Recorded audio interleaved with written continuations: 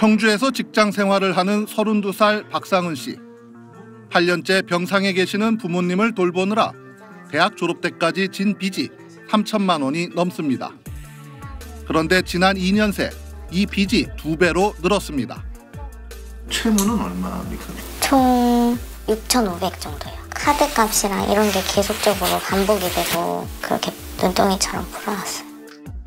월급은 210만 원 정도인데 매달 원금과 이자, 월세로 190만 원이 나가는 상황.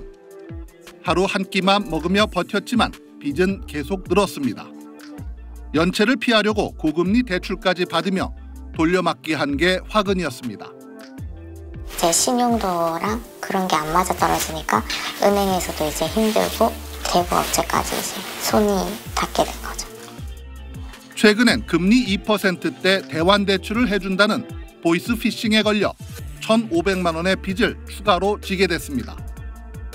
이런 류의 사기가 좀 요즘 많습니까? 꽤 있습니다. 뭔가 쫓기는 상황에서 급하게 좀 처리하려다 보니까 평소에 당하지 않는 이 보이스피싱 사기 집회도 당한 겁니다. 광주에 사는 28살 한동준 씨.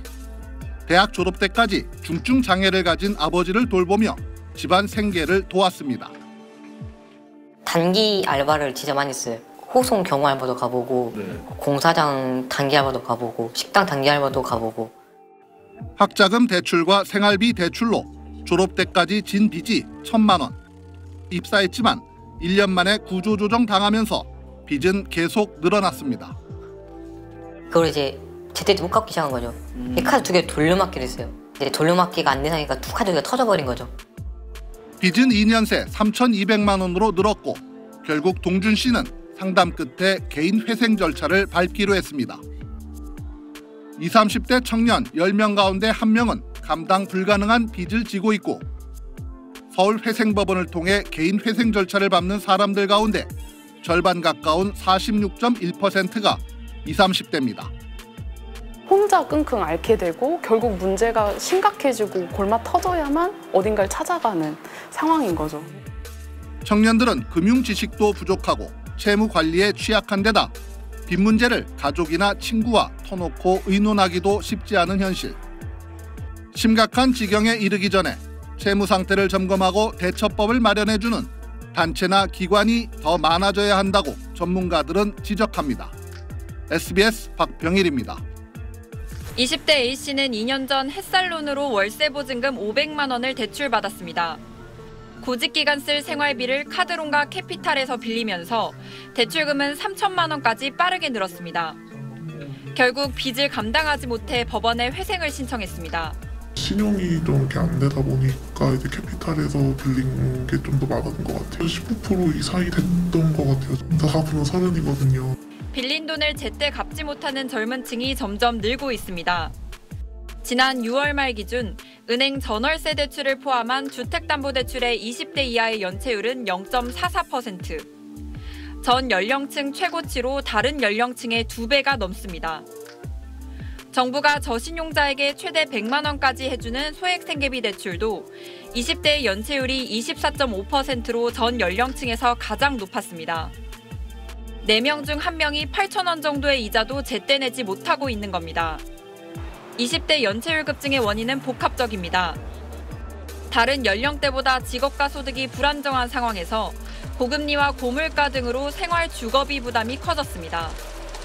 여기에 코로나 사태 전후로 뜨겁게 달아올랐던 부동산과 주식, 코인 등에 무리하게 빚을 내 투자한 것이 영향을 미쳤다는 분석도 나옵니다. 20대부터 벌써 연체 기록도 남고 신용거래하는 데도 위험이 있고요. 당분간 시장금리가 상승하는 기조가 지속될 것으로 보이거든요. 높아진 금리를 더 이상 감당하지 못해서 20대 빚부담은 금융불안 요소이자 결혼과 출산 포기로 이어지는 만큼 경제 취약계층을 위한 정책 금융상품 등의 대책이 요구됩니다. SBS 박예린입니다. 직원 4명을 두고 직물 수입업체를 운영하던 20대 후반의 이모 씨. 사업체를 유지하려 노력했지만 빚을 감당 못해 법원에 개인 회생을 신청했습니다.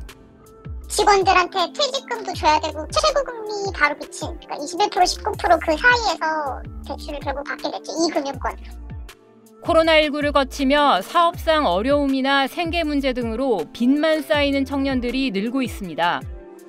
최근까지 개인 회생 절차를 밟고 있는 20대 서울 청년 512명을 조사한 결과 43%가 생활고 때문에 빚을 지기 시작했는데 이들의 월 평균 소득은 절반 이상이 200만 원 미만이었습니다.